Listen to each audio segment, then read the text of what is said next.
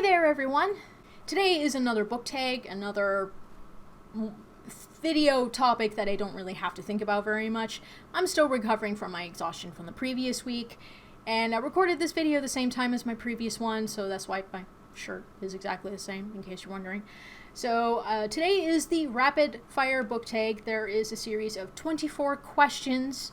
I'm going to try to go through them as quickly as I can, but if I feel the need to ramble on a little bit, I'll just let myself do that. Question number 1 is ebook or physical? Definitely physical book. Question number 2 is paperback or hardback?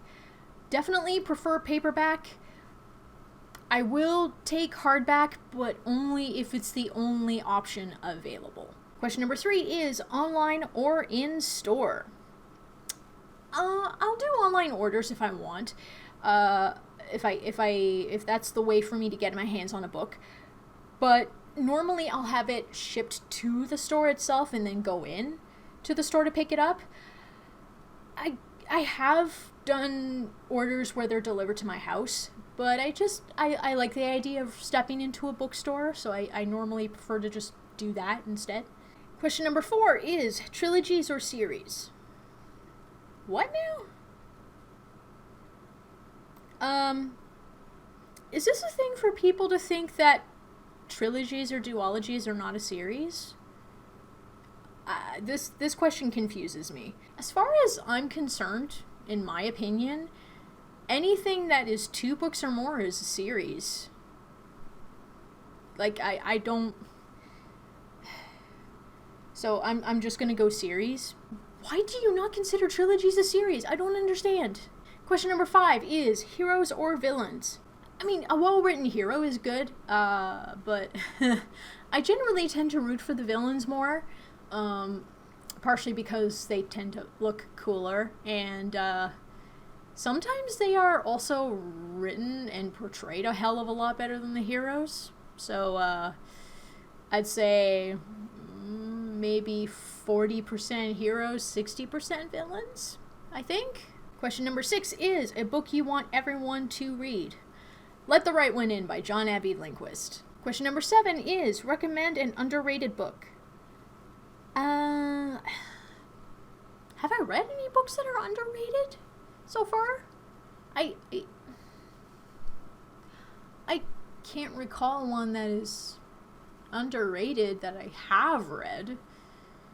There's a couple, there's some underrated ones I haven't read yet, but I'm not gonna recommend those because I haven't read them. I don't know if I'll like them or not. I'm not gonna recommend a book I don't like. Question number 8 is the last book you finished. Okay, so just last night I finished reading A Blade So Black by L.L. McKinney. Really good book. It will get its own review video eventually, even though it's not a vampire novel. That book is so good. Question number 9 is the last book you bought. The last book I bought, the last books I bought are the remaining books in the Twilight Saga I didn't already have.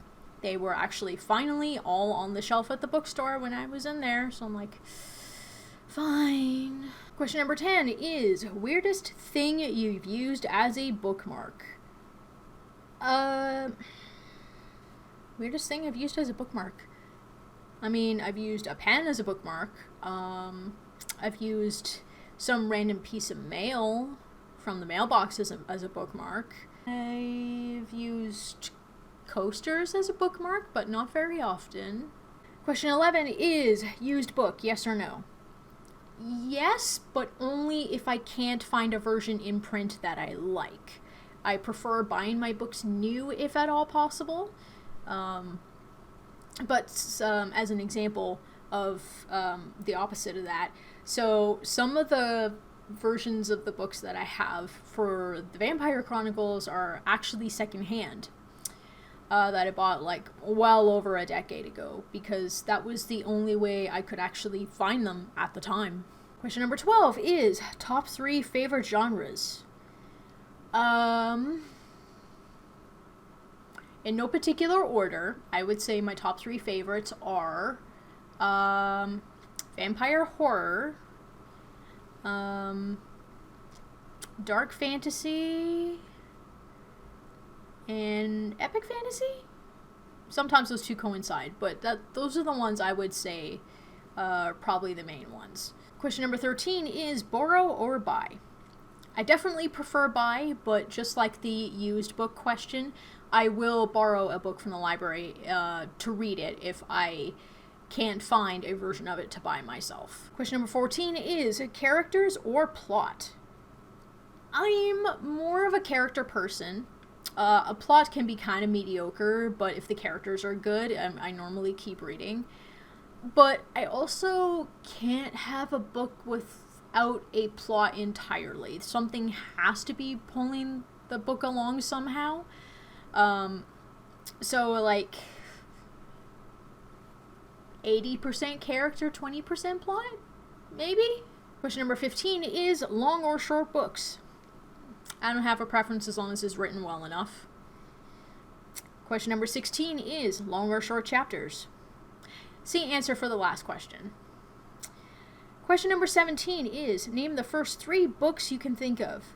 Certain Dark Things by Sylvia Moreno Garcia, Let the Right One In by John Edvey Lindquist, and The Vampire Lestat by Anne Rice. Number 18 is books that made you laugh or cry.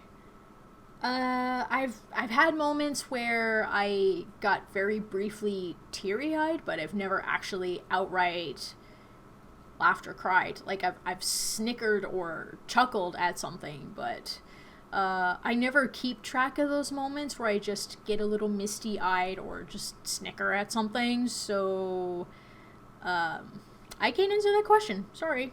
Question number 19 is our world or fictional worlds? Fictional worlds tend to be very bullshit. So unless the world is very, very similar to our own, I would probably just say stick with the real world stuff. I love reading about fictional worlds in which there's a lot of bullshit going on, but there was no way I would want to live in them. Question number 20 is audiobooks, yes or no? No. I would tune them out just like my music, and I wouldn't remember a single word. Question number 21 is, do you ever judge a book by its cover?